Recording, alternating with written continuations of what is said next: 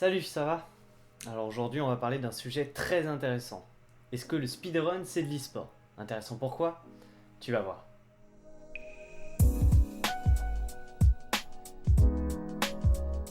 Si tu ne savais pas, le speedrun est la pratique de terminer un jeu le plus rapidement possible et d'une certaine manière, c'est-à-dire le finir simplement, entièrement, etc.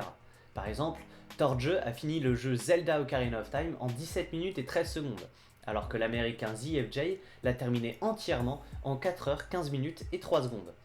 Ici donc pas de multijoueur. Les joueurs jouent seuls, filment leur temps sur Twitch et les partagent.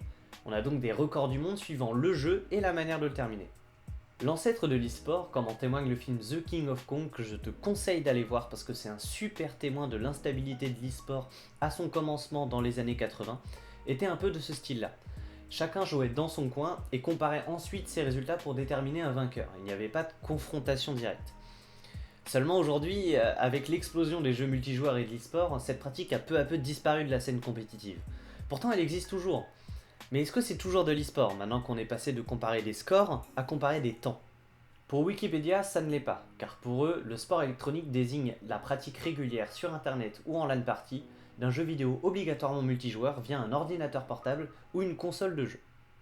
Aujourd'hui, il est clair que le speedrun n'est pas de l'e-sport. Il n'y a pas de cash prize ni de compétition, les joueurs font ça pour la gloire et la passion. Et c'est normal d'un certain côté. Comment organiser un tournoi de speedrun? Les runs peuvent durer des heures et qui regarderait 15 heures de tournoi minimum d'affilée? L'organisation de tournois en LAN est impossible pour un organisateur de tournoi parce que réserver une salle pendant une semaine, c'est chaud. Et puis même en prenant des e-sports courts, ça serait séparer la communauté du speedrun et c'est l'opposé de ce que prône l'e-sport. Mais il y a d'autres solutions. Vu que la compétition en LAN est impossible à organiser, autant la faire directement sur internet. Par exemple, un tournoi sur un mois où chaque joueur va devoir filmer son meilleur run et l'envoyer pour déterminer un vainqueur. La compétition est possible, seulement elle est différente de celle qu'on connaît. Et honnêtement, le speedrun a parfaitement les capacités d'être un e-sport. Les joueurs doivent rester concentrés pendant une très longue période et certaines actions demandent énormément de dextérité. Il suffit de voir les Tool Assisted Speedrun, c'est-à-dire les speedruns assistés par ordinateur grâce à des logiciels. Ils permettent de faire le run parfait et ainsi de voir l'objectif qu'il faut approcher le plus possible. Oui, seulement approcher, car certaines manipulations sont tout simplement impossibles à reproduire humainement. Il y a donc de quoi faire.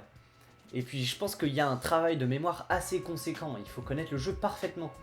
Comme disait Clément Gallet dans son article pour Le Monde, le speedrun est une performance sportive qui nécessite d'être au maximum de ses capacités tout du long.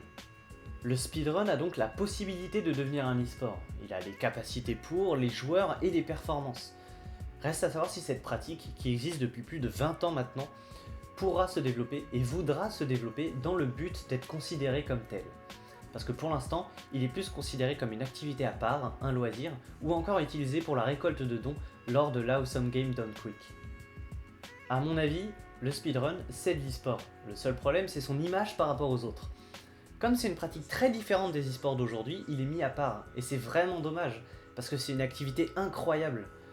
Être un professionnel du speedrun, ça demande des jours, des mois, des années d'entraînement.